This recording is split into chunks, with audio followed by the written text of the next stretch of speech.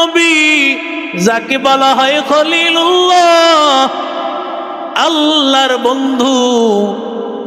আল্লাহ যাকে বন্ধু বানাইছেন, আল্লাহ তাআলার বন্ধু হিসাবে যাকে নির্বাচিত করেছেন, ইব্রাহিম আলাইহিস সালাম। আল্লাহ তাআলা ইব্রাহিম নবী দুনিয়াতে আসার পর, ইব্রাহিম নবীও তিনি নবী হওয়ার পর বাইতুল্লাহর জায়গাটা পেলেন না। আল্লাহ তাআলা ইব্রাহিম নবীর মাধ্যমে সেই বাইতুল্লাহ নির্মাণ করাইলেন। আল্লাহ তাআলা ইব্রাহিম নবীর কোনো সন্তান ছিল না। ৮৬ বছর বয়সে একটা সন্তান হয়েছে, ইসমাইল। সুবহানাল্লাহ বলেন। ৯৯ বছর বয়সে আরেকজন সন্তান, ইসহাক। ইব্রাহিম নবীর স্ত্রী, প্রথম স্ত্রীর নাম সারা। তাফসীরের কিতাবে লিখে সবচাইতে সুন্দরী নারী আমাদের মা হাওয়া আলাইহিস সালাম। কোন কোন রাওয়ায়াতে বলেন নূহ নবীর স্ত্রী সারা, তিনি ছিলেন বিশ্ব সুন্দরী। সুবহানাল্লাহ। আল্লাহ বলেন নূহ নবী নৌকা বানান। কত বড় নৌকা! নৌকা বানানোর পরে এবার নূহ নবীর নৌকা নিয়ে তামসা করে। অনেকে দেখবেন মাদ্রাসা নিয়ে তামসা করে, আছে না নাই? মাদ্রাসা নিয়ে তামসা করা, আল্লাহর কোরআন নিয়ে তামসা করা। হে যুবক, তুমি জানো না এটা আল্লাহর নবীর ঘর। এই নবীর ঘর আছে বিদায় তুমি ব্যবসা করতেছো, চাকরি করতেছো।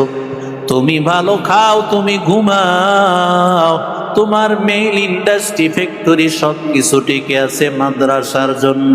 যখন মাদ্রাসা থাকবে না, আল্লাহ সব ধ্বংস করে দিবে, ঠিক কিনা? हकीकत से तू दुनिया बेखबर है, दुनिया की नुमाइश पर नजर है। বুঝে না মাদ্রাসা কি জিনিস, নবীদের সাথে তামসা বুঝে না। এই নূহ নবীর নৌকা কি ওরা জানে না। ওরা জানে না এই নূহ নবীর নৌকা কি। নূহ নবীর নৌকার মধ্যে পায়খানা করে দিছে। নাউজুবিল্লাহ কোন? আরো জোরে বলেন। আল্লাহ কয় খারা। ওয়া মাকারু ওয়া মাকারাল্লাহ ওয়াল্লাহু খায়রুল মাকিরিন।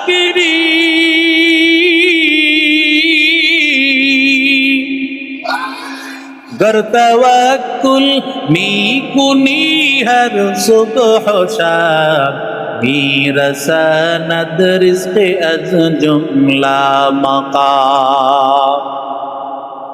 এরে আল্লাহর বান্দা, এর যুবক, আল্লাহ তাআলা বলেন ষড়যন্ত্র করলে ষড়যন্ত্রের জবাব দেওয়ার জন্য আমি আল্লাহ। কেমন ষড়যন্ত্র করছো? নৌকা তালায় ফেলছো, আমি আল্লাহ তোমাদেরকে সাইজ করে দিব। এবার আল্লাহ এমন রোগ তৈরি করে দিছেন, গণক বলেছে যদি এই রোগ থেকে বাঁচতে চাও, নূহ নবীর নৌকা থেকে পায়খানা লাগায়া দাও। আল্লাহু আকবার পায়। এমন রোগ দিছে, এই রোগ থেকে বাঁচতে হইলে পায়খানা শরীরে লাগাইবা, ভালো হয়ে যাবে। সুবহানাল্লাহ কয়। আরো জোরে বলেন। কার সাথে বেয়াদবি? এবার লাগাইতে লাগাইতে শেষ। এক লোক আয়া কয়, এই লোক আইসা খুব পেরেশান, শেষ পর্যন্ত আইসা কিছুই পায় না। তো সে কিছু পানি দিয়া, ওই পানি লাগার পরে যে সামান্য কিছু পায়খানা ওর মধ্যে ছিল, এইটাই নিয়ে তার শরীরে লাগায় দিছে। সুবহানাল্লাহ কয়। তাফসীরের কথা, বানানো কথা না মিয়া। নবীদের সাথে তামসা। আবার এই নূহ নবীর নৌকার সাথে অনেকে আগে দেখতাম, আমগো নৌকা সেই নূহ নবীর নৌকা। কথা কয় না। নূহ নবীর নৌকা তো একটা আলামত। নৌকা বানাইছেন আল্লাহ। বলেন ও পয়গম্বর, কখন আপনার নৌকায় উঠতে হবে জানেন? আল্লাহ তাআলা জানায় দিলেন, হাত্তা ইযা জামরুনা ওয়া ফারাত তান্নুর, যখন আমার নির্দেশ চলে আসবে বুঝবেন কিভাবে পয়গম্বর। চুলায় আগুন ধরাইবে, সেখান থেকে পানি উঠতে থাকবে, চুলা থেকে পানি উঠতে থাকবে। বাইতুল্লাহর দরজা বরাবর নূহ নবীর ঘর, কেউ বলেন বাইতুল মুকাদ্দাসের বরাবর। নূহ নবীর স্ত্রী যখন রান্না বসাইছেন, দেখেন চুলা দিয়া পানি উঠতেছে, তখন বুঝতে বাকি নাই পুরা দেশে এখন প্লাবন হয়ে যাবে, বন্যা হয়ে যাবে। আল্লাহর নির্দেশ হলো, নূহ নবী আপনার লোকদেরকে ফাসলুক বিহা মিন কুল্লিন যাওজাইন ইসনাইন ওয়া আহলাকা ইল্লা মান সাবাকা আলাইহিল কওল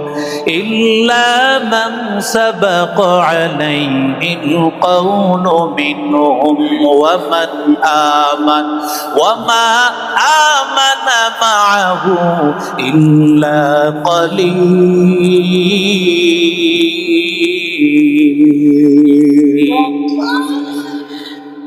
মুসলমানি হুয়াত গর্দন নেহাদার, ইনানে খুতবত দেখা জাদাদন, গর্ব সুরত আদমি ইনসাবুদে, আহমদো বো জাহলো হামেক সাবুদে, আদমিরা আদমিয়ত লাজিমাত, উদরা गर पून बाशत है ज़मान। এবার নূহ নবীকে আল্লাহ বলেন, পয়গম্বর আপনি আপনার নৌকার মধ্যে উঠান। কাদেরকে উঠাইব? আল্লাহ। আল্লাহ ডাক দিয়া বলেন, প্রতিটা প্রাণীর জোড়া জোড়া একটা পুরুষ একটা মহিলা। আল্লাহকে বলেন, ও দয়ার মালিক, মানুষের পুরুষ আর মহিলা তো যিনি, প্রাণীরটা বুঝবো কিভাবে? মানুষের পুরুষকে মহিলাকে বুঝলাম, প্রাণীর মধ্যে কোনটা পুরুষ আর কোনটা মহিলা কি করে বুঝবো? আল্লাহ বলেন, নূহ নবী নৌকার সামনে দাঁড়ায়া যান, দাঁড়াইয়াই ডান দিকে যারা উঠবে এরা পুরুষ, বাম দিকে যারা উঠবে এরা মহিলা। সুবহানাল্লাহ। আল্লাহর পয়গম্বর নূহ নবী দাঁড়াইয়া আছেন, কোনো খবর নাই। আল্লাহকে বলেন, হে মালিক কতক্ষণ দাঁড়াইয়া রইলাম, কই কেউ তো আসলো না। আল্লাহ ডাক দিয়া কয়, নূহ নবী নিচে তাকান। নিচে তাকাইয়া দেখেন, আউয়ালু মান দাখালাস সাফিনা আন-নামলা, সর্বপ্রথম নূহ নবীর নৌকায় উঠতেছে একটা পিপিলিকা। সুবহানাল্লাহ। সূরা আছে না নাই? সূরা নমল আছে না নাই? একটা পিপিলিকা, সেও এত দামি কেন হলো? কোরআনে তার নাম। আল্লাহ বলেন, গোলাম যখন পিপিলিকা থেকে সুলাইমান নবী যাইতেছেন, পিপিলিকা ডাক দিয়া কয়, ও আমার পিপিলিকাদের দলের লোকেরা, হয়তোবা পয়গম্বর সুলাইমান তার পায়ের পৃষ্ঠে লা ইয়াহতিমান্নাকুম সুলাইমানু ওয়া জুনুদুহু ওয়া হুম লা ইয়াশউরুন। সুলাইমান নবী বলতে পারবেন না, কারণ ছোট্ট প্রাণী আমাদেরকে দেখবে না, সে হয়তো পায়ের পৃষ্ঠে পালাইয়া আমাদেরকে মেরে ফেলবে। এজন্য যেন আলেমের কষ্ট না হয়, তোমরা তাড়াতাড়ি ঘরের মধ্যে ঢুকে যাও। একটা পিপিলিকা হইয়া আলেমের সম্মান দিয়েছে। আল্লাহ বলেন, দুনিয়ার মানুষ, ও পিপিলিকা শোন, একজন আলেমের সম্মান দেওয়ার কারণে আমি আল্লাহ তুই পিপিলিকার নাম কোরআনে নিয়ে আসছি। আরো জোরে বলেন। এরে আল্লাহর বান্দা, পিপিলিকা যখন উঠে গেছে, এবার নূহ নবী তাকায় দেখে পেঁচায় পেঁচায় দড়ির মতো আসে। নাম কি? কথা কয় না। নূহ নবী কয় বাপরে বাপ, আল্লাহ আমিও ভয় পাই, মানুষও ভয় পায়, এটার উড়ান দরকার নেই। আল্লাহ বলে নূহ নবী, কারণ আর তো নাই, এই প্রাণী দিয়েই তো পরবর্তীতে আবার সারা পৃথিবী হবে। সুবহানাল্লাহ বলে, যেগুলো বাঁচবে এটা দিয়ে পুরা পৃথিবী সাজাইবা। আল্লাহকে বলেন, আল্লাহ সাপরে আমি ভয় পাই, সাপ দিয়া কি করব? আল্লাহ বলেন চিন্তা করিও না, কারণ আমি আল্লাহ সাপের বংশ তো রাখবো না, হয় সাপ কেন উঠাইব না। আল্লাহ বলেন, ও পয়গম্বর চিন্তা করিয়েন না, যতদিন এখানে থাকবে ওর বিষটা আমি আল্লাহ উঠাইয়া নিব। ওর ভিতরে কোনো বিষ থাকবে না। নূহ নবী একটু পরে তাকায় দেখে আসতেছে সিংহ। জোরে কোন কি? আরে বাপ রে বাপ, এই সিংহ কি সাধারণ জিনিস? কাল্লা, এই সিংহ উঠানোর দরকার নাই, ওরে আমিও ভয় পাই, মানুষও ভয় পায়, এটারে উঠান দরকার নাই। আল্লাহ কয় না, ওরেও রাখবো, ওরে দিয়ে আমি আল্লাহ দুনিয়া সাজাইব। আল্লাহ বলেন, নূহ নবী চিন্তা করেন না, ও যতদিন পর্যন্ত এই নৌকায় থাকবে ওর আমি আল্লাহ কুদরতি একটা জ্বর দিয়া দিব, যেটাকে বলা হয় আল হুম্মা, এমন একটা তাপমাত্রা দিয়া দিব। নূহ নবী বলেন, আল্লাহ এই তাপমাত্রা দিলে কি হবে? বলে, মানুষ যখন জ্বর আক্রান্ত হয় মানুষের শরীরটা দুর্বল হয়ে যায়। এত বড় হিংস্র প্রাণী, এত বড় শক্তিশালী প্রাণী, ও যখন জ্বর আক্রান্ত হয়ে থাকবে, শক্তি থাকবে না, ও কিছুই করতে পারবে না, চিন্তা করিও না। নূহ নবী এই প্রাণীটা নিয়ে গেলেন, আর তাকায় দেখেন ওর শক্তি দুর্বল হয়ে গেছে। এবার সর্বশেষ আখিরু মান দাখালাস সাফিনাল হিমার, সর্বশেষ যেই প্রাণীটা নূহ নবীর এই কিস্তির মধ্যে নৌকায় উঠেছে, এর নাম হলো মিস্টার গাধা। কে? আরে কথা কয় না কে?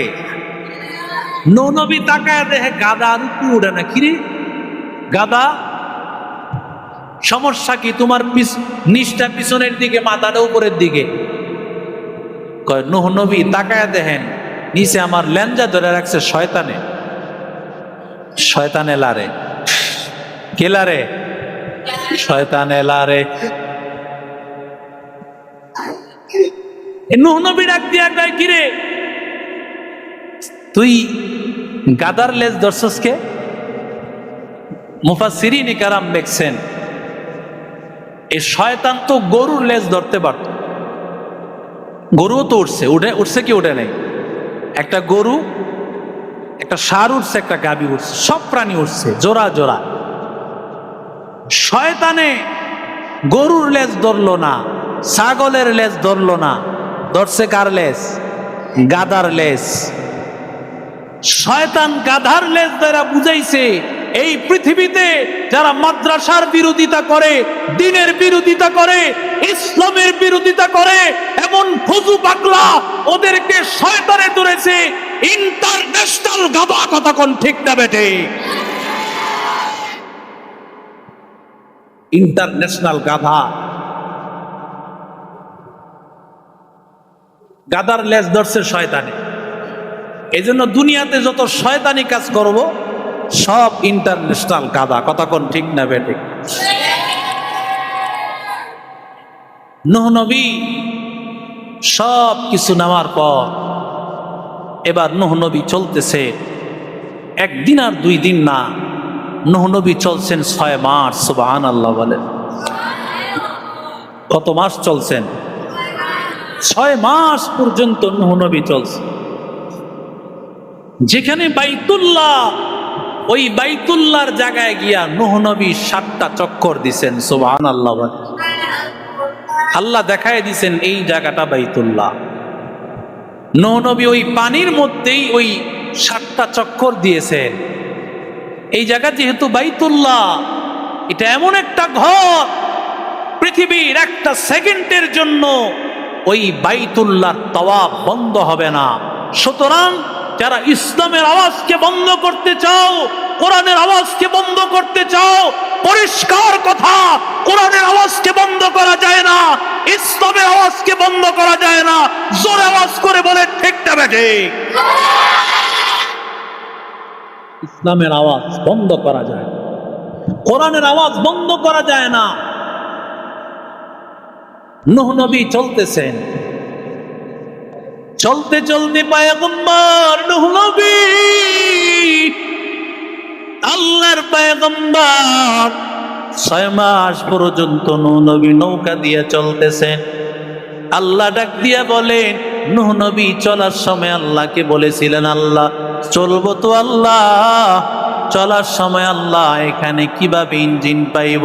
আল্লাহ কয় ইঞ্জিন লাগবে না, ইঞ্জিনের বদলায় তুমি বলে নাও ওয়াকালার কাবু ফিহা বিসমিল্লাহি মাজরিহা ওয়া মুরসাহা ইন্না রাব্বি লাগফুরুর রহিম।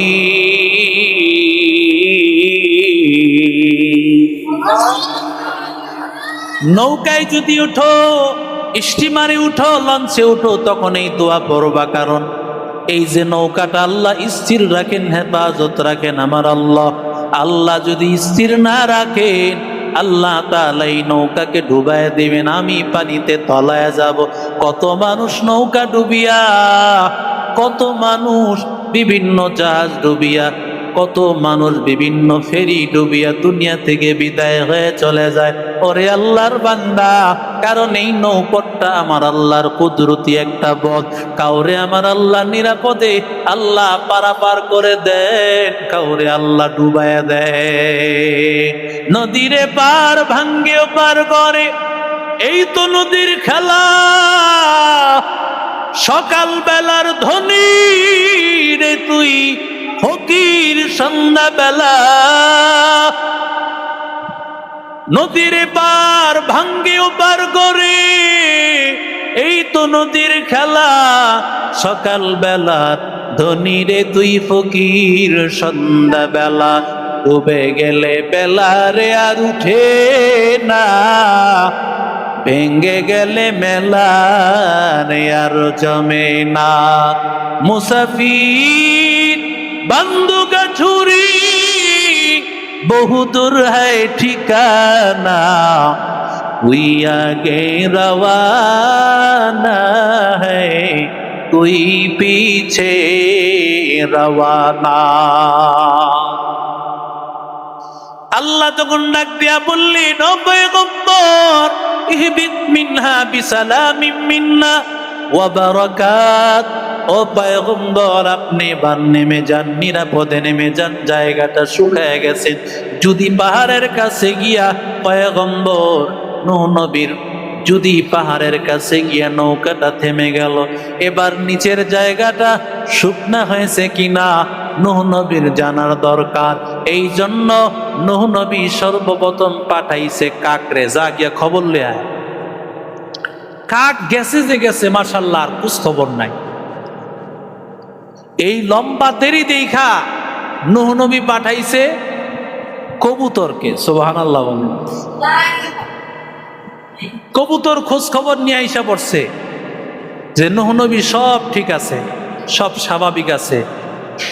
এরপরে আসছে কাক, কিরে লিমা তাখারতা ইয়া গুরাক, এই কাক তোর দেরি হইছে কে?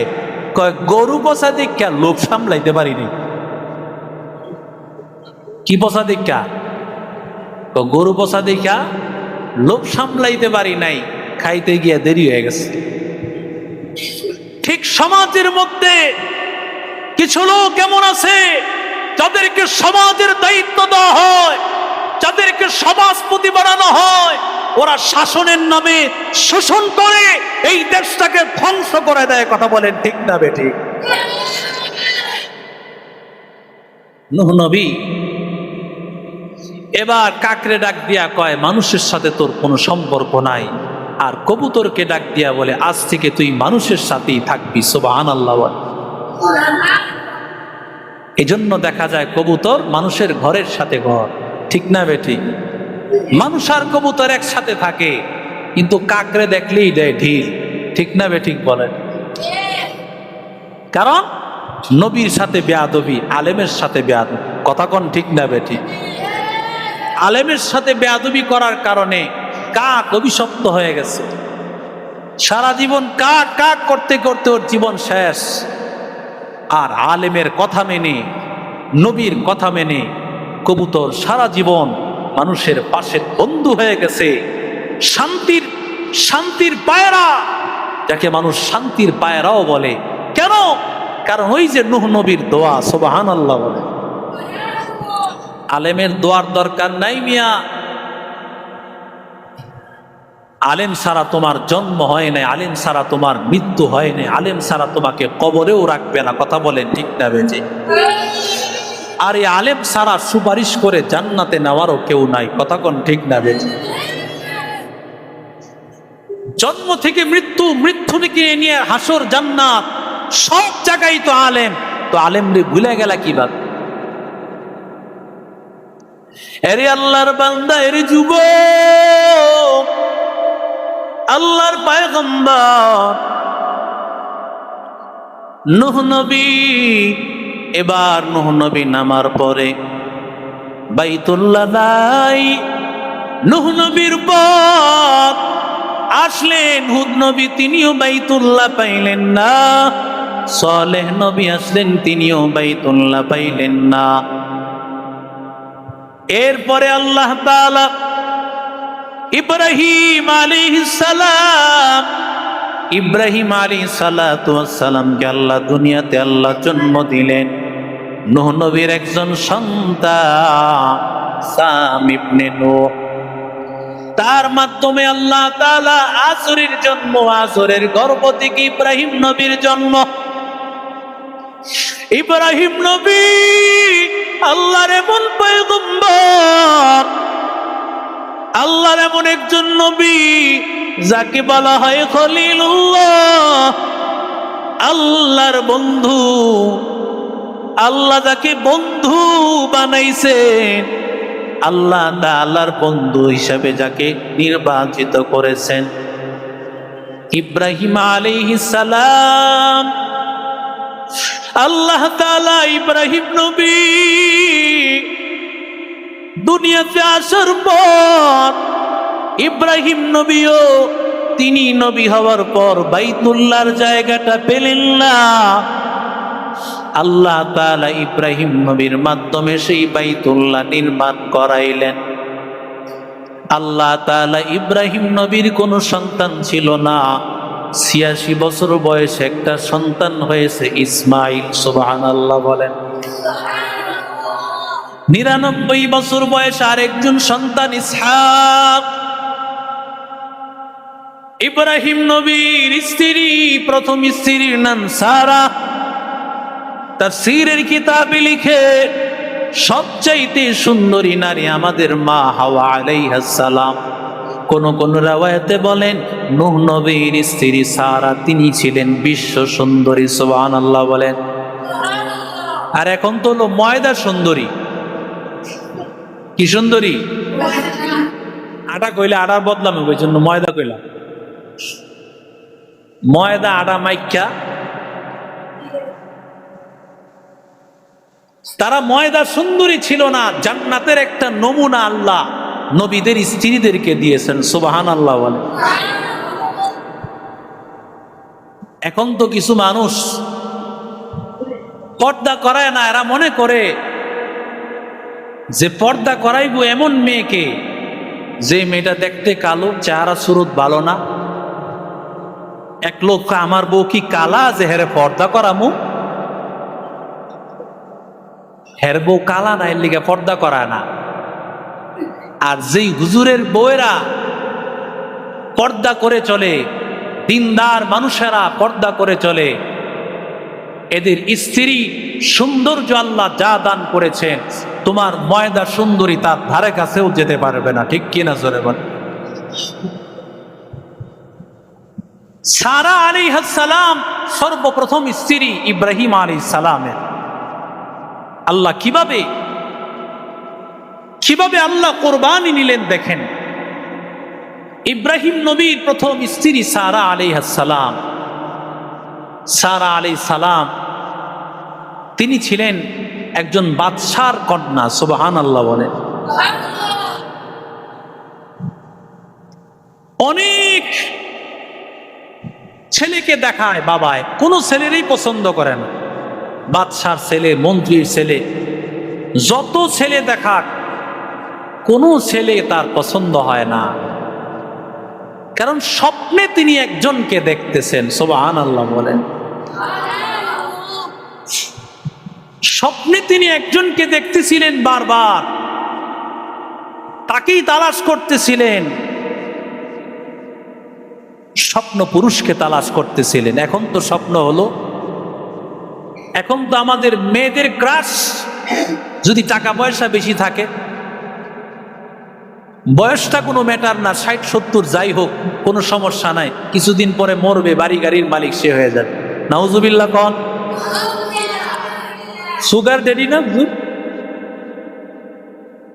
এই সুগার ড্যাডি দেশে আছে না নাই জোরে কন। ওরা আমগো যুবকদের জীবনটা ধ্বংস করে দিতেছে। বুড়া বুড়া মানুষে টাকার কারণে কিছু মেয়ে ওদের পিছনে চলে যায়। একটা মেয়ের আশা তো এমন চাওয়া দরকার ছিল যে আল্লাহ এমন একজন স্বামী আমাকে মিলাইয়া দেন। রব্বানা হাব লানা মিন আজওয়াজিনা ওয়া যুররিয়াতিনা কুররাতা আয়ুন ওয়াজআলনা লিল মুত্তাকিনা ইমামা।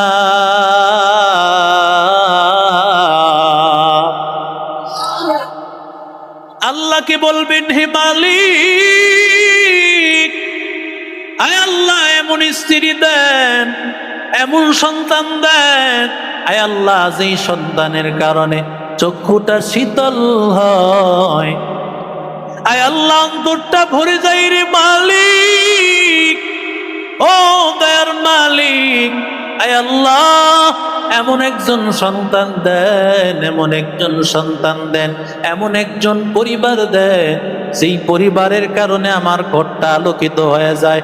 আর তুমি কিছুই চাও না, যার বাড়ি আছে গাড়ি আছে তাকেই তুমি নিতে চাও। ওরে বান্দা না, না, বরং তুমি দেখবা কোন লোকটা নামাজি, কোন লোকটা দিনদার, কোন লোকটা কোরআনওয়ালা, কোন লোকটা নবীজির হাদিসওয়ালা।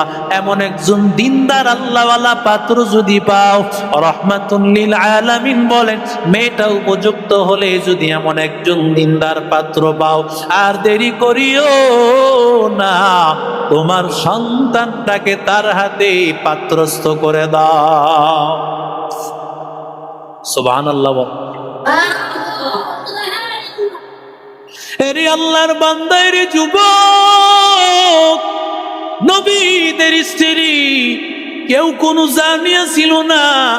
মা ইমরাতু নবীন জানিয়াতিন কত্তু, পয়গম্বর বলেন কোন নবীর স্ত্রীরা জানিয়া ছিল না, জিনাকারী ছিল না। ও আল্লাহর বান্দারা, আল্লাহ তাআলা সারাকে এত দামি বানাইছেন, সারা আল্লাহর কাছে দোয়া করতেছেন আল্লাহ যেন তাকে একজন দিনদার, মনের মতো, একটা প্রাণের মতো স্বামী মিলায়া দেয়। স্বপ্নে যারে দেখতেছে আল্লাহ তাআলা এমন একটা কুদরতি দিন। এবার বাদশা বলেন, একজন আর দুইজনকে দেখাইব না, যত ক্যান্ডিডেট আছে সবাই হাজির হয়ে যায়।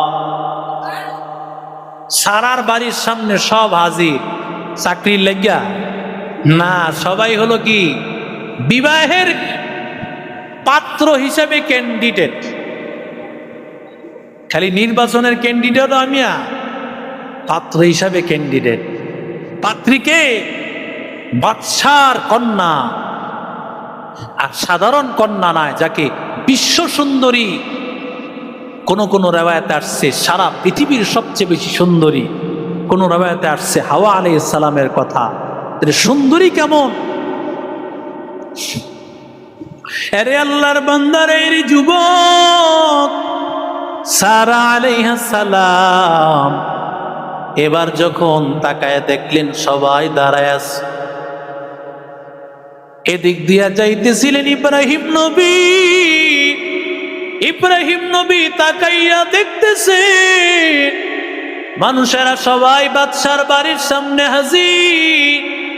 বলে কি জন্য তোমরা দাঁড়াইছো?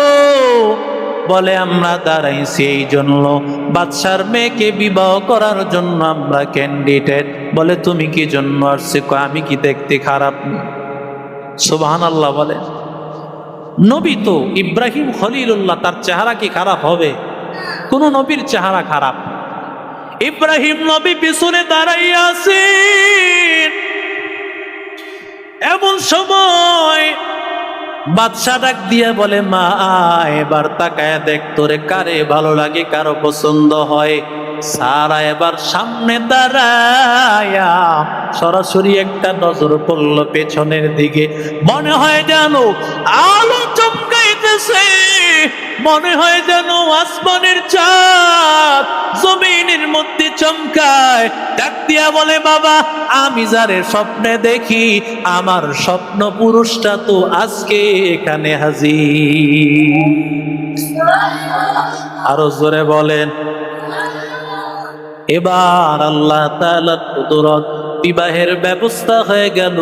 কিন্তু ইব্রাহিম নবী বলেন শর্ত আছে, আমি কিন্তু ঘর জামাই না, ঘর জামাই থাকবো না। বলে কি করবা? বলে আমার সাথে, আমি এখানে মুসাফির, আমি রওনা করেছি মুসাফির, বহু দূর যাব। বলে যেখানেই যাও আমি যাইতে রাজি, কারণ আমি ভাগ্য গুণে তোমার মতো একজন স্বামী তালাশ করে পেয়েছি। या इलाही तू मेरा माबूद है, या इलाही तू मेरा माशूक है, या इलाही तू मेरा गफ्फार है, या इलाही तू मेरा सत्तार है, या इलाही मुझसे मुझको दूर कर, ताकि देखो मुझ में तुझको एक नजर, हर तमन्ना दिल से रुखसत हो गई, अब तो आजा अब तो खलवत हो गई, बुजुर्गी की नहीं हमको जरूरत, गुलाम अपना बना ले ऐ খুদায়া। ধারাবাহিকভাবে আগামী সপ্তাহে আলোচনা হবে ইনশাআল্লাহ।